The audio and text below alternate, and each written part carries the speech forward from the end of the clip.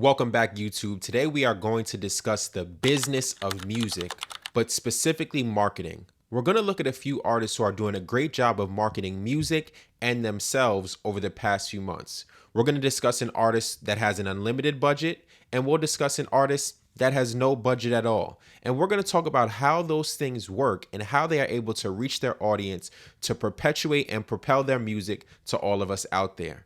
Now, make sure you watch the video to the end. You like, comment, and subscribe. We are almost at our 10K goal. I mean, we're like halfway to the 10K goal. And remember, once we hit that 10K sub goal, I'm going to give away $500 to someone who is subscribed to the channel. So make sure that you're sharing this with everyone who you know so we can continue to build this community. But I won't hold you any longer. Let's get into it. The artist who we are going to start with is Young Thug, Slime himself. He's had a hell of a 2-week run, from leaked phone calls to diss tracks, but we are going to talk specifically about his interview with Bank. Now, Bank is a respected dude out of Atlanta. He's a former street dude. Now he's on YouTube and making money from a bunch of different avenues. But he's the person who got to sit down with Young Thug so Thug could express himself to the entire world. He tried to do it on X or Twitter. That didn't really go so well. So he turned to a different method of communication, and that was doing an interview. As of today, that interview has over 2.5 million views, and even the clips have exceeded 100,000.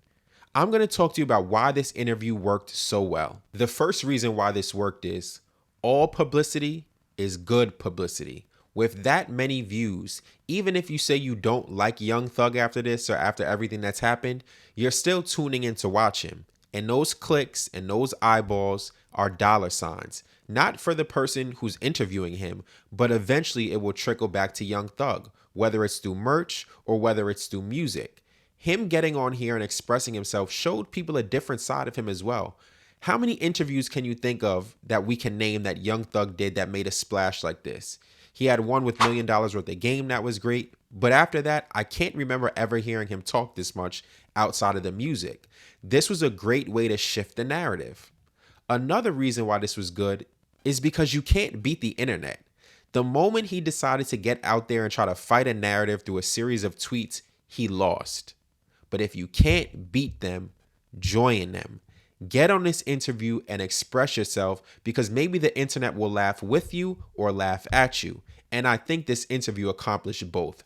Let's look at some of the highlights from it. If we go to prison for the rest of our life, whoop-de-doo. We go to prison, nigga. And we fight to get out this bitch. If we beat these folk, whoop-de-doo. We beat them. We go forward. Nigga, I created you, nigga. Well, God created you, but I helped. When you got out of jail, you didn't help Slime at all. Savage sent money to Thug. Wham sent money to Thug. Pluto sent money to Thug. Cash sent money to Thug. Drake sent crazy bankroll to Thug. Gunna didn't send no bankroll to Thug. Gunna didn't pull up on Thug mama. Gunna didn't pull up on Thug family. Where the music at, Slime? You just played me some hard ass shit now. Why that shit ain't that? The fuck is a nigga thinking about? Cause I just don't got my twin, bro. I don't got my friends, bro. I'm just fucked up. I'm fucked up, bro. Do you see how that works? Now, instead of the internet talking about is Young Thug a snitch, people are just clipping up the best moments from this video and using them on Instagram, Twitter, TikTok, anywhere you can think of. You have heard one of these lines. Whether it's whoop-de-doo, whether it's I made you, you are getting a different version of Thug than him on a jail call or him talking to the cops. And that's exactly what he needed, something to shift the narrative. Another move he did was leak a diss track, which was pretty good. It's probably the best music I heard from him, and he should have done this from the jump instead of releasing a song with Future, which was good, but it wasn't great. Everyone wants to hear Thug express himself about this, and he did it in a diss track. He did it in another leak where he was being really emotional and vulnerable, and every single person who I saw talk about this said, hey, this is the music that we've been waiting for. So all he really needs to do is lock in and release the music. I know you're going through something with your friends, with your family, with your girlfriend, but nothing can cure all of this better than good music. So if you want to really market yourself and you want to get back to the position you were in, you have to deliver the music, and all else will remedy. And another way to market yourself is through collaboration. Now, there's no confirmation yet, but there are rumors that Young Thug's clothing line Spider has a collab coming with Adidas. Another smart move. Corporations don't care about snitching. And we're going to get into that in a little bit.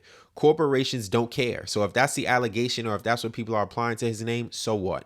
That doesn't stop corporate dollars. If he's able to sell merch at a high level, he's really going to start getting back to where he was before he went to prison, with smart marketing, with good music, and through good collaborations. His name is kind of rocky. We don't know what artists are going to stick it out with him through this, but he has to continue to push, because when artists see you starting to get hot again, they will always come back around. And we talked about Thug, so who better than to talk about next but Gunna?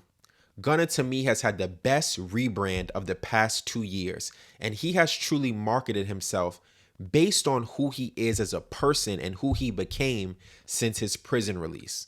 I'm going to talk about a few specific events, but we're going to start with something he did here in New York City. Gunna did a 5K run where he came out with anyone at no cost and ran around the park in Brooklyn. All you had to do was sign up. You didn't have to pay for a picture. You didn't have to pay for a ticket.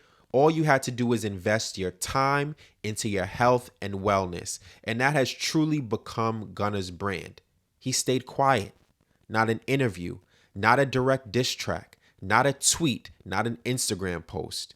He did good music and he connected with his fans who are connecting with his journey. They're connecting with it. We all saw what Gunna looked like when he went into jail. We saw what he came out after jail, and he has maintained it. He has truly embodied what looks like self-acceptance, self-awareness, peace, health, and fitness. And those are things that brands want to align with, because it didn't just stop with the 5K run. He also had a partnership with Under Armour that came out yesterday. Genius. Marketing and aligning yourself with brands that speak to your identity will always be a recipe for success. Gunna has made all the right moves since he got out of prison. And you want to know what all of the things I just said have in common? They have nothing to do with the streets. They have nothing to do with snitching, because there's no longevity in that. And I will continue to say it for as long as this channel exists. Do the things that will allow you to grow old, raise a family, and take care of your children and your children's children. Your health is one of those things and your money is the other. And Gunna is focused on both. Now, I don't know who his management team is specifically. I did find a company called 11th & Co., but I believe there's other people who are working with him, and I want to shout them out. If I do find their name, I'm going to put them in the comments, because they deserve a lot of credit, because they have really crafted and managed him carefully since he came out of jail. Another thing that Gunna did was he had his own documentary premiere last night. Another smart move, because that's storytelling. It walks you through who he was, who he is, and who eventually he wants to become. That is what builds a core fan base, people who identify with the story. So Gunna, my friend, you are doing an excellent job. That is why I had to highlight you in this video. Now, what about the female rappers? I'm going to talk about Cardi B, New York City. I have to represent. Cardi, I have been critical of, because there are some moves she made that I didn't really like. But when she does something good, I must discuss it and I must highlight it to the world. I'm going to juxtapose two things. I'm going to compare them. Let's look at some of the promo that had to do with her single Imaginary Players versus how she promoted her album in general. Look at the two. Imaginary Players did not seem authentic to me. And not just to me. If you look at the comments or if you look at the public's reaction, a lot of people were critical of it. I don't think that was successful at all. But look at what she did here. $9.99. That type of marketing costs $0. $0. And it has twice the amount of likes and views. Do you know why that is? Because that is who Cardi is. That is authentic to the person. Before I knew who Cardi was as a rapper, I knew about her as an Instagram personality, and then as a TV personality, and then eventually a rapper. And I'm not the only one, because you can see her audience identifies with this form of marketing rather than a big budget private jet and a bunch of $1 million cars. Yeah, that's cool. But is that who you are at heart? I don't know. Even the song didn't match her as a person, but this seems to be who she really is, and it's translating well to the audience. And speaking of budgets, Drake and the Iceman roll out. People have been critical of what he's doing. People have been critical of the music, but again, all publicity is good publicity. This is the type of marketing that has an enormous budget. I don't even want to think about the number because I know it's multi-millions, because to produce this kind of rollout takes a lot of moving pieces, especially when he's doing it overseas. But the reason why I think this is a great marketing plan is because it's promoting who Drake is to the world.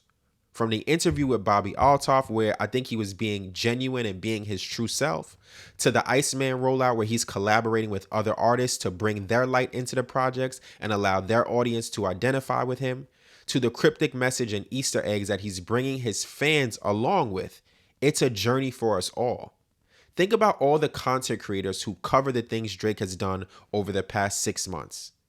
And when I say cover, that means people who are hating on it, and it means people who cover it in a positive way, because that's all a part of the ecosystem of who Drake is and the ecosystem of rap music. You have to talk about it. And that only brings more eyes to the projects. And that's why I call it a successful rollout, because it's keeping people in the loop and engaged. Even though the album isn't finished, the world is anticipating it. If he wasn't doing this, would we be discussing him every day? I don't think so. We would probably highlight the tour, but we need to highlight all the things that are happening in between. These are 4 different ways that artists are marketing themselves and keeping themselves in the news cycle, because that's the goal. If you want to market yourself, you want to brand yourself as a good artist, as a good person who people can relate to. You want to brand yourself as an artist who people want to listen to. And I think all 4 of the people I highlighted have done a really good job. Some of them have went from the bottom to the top. Some of them have just been riding that wave for the past 2 years. But either way, they are making the right moves to get the world interested. So here's what I'm going to ask of you. Go into the comments. Who do you think is doing the best job out of the 4? What do you want to see more of? What do you want to see less of? Is there any artist that I missed who you think I should talk about for the next video? I'm all for getting better. I'm all for sharpening the tools that I have to continue to discuss about music and the music business, because that's what I enjoy doing. All the feedback has been great, the positive, the negative, and the in-between. The fact that you're watching and the fact that you're engaging means I'm doing something right. I think I'm doing a pretty good job at marketing myself, because all publicity is good publicity.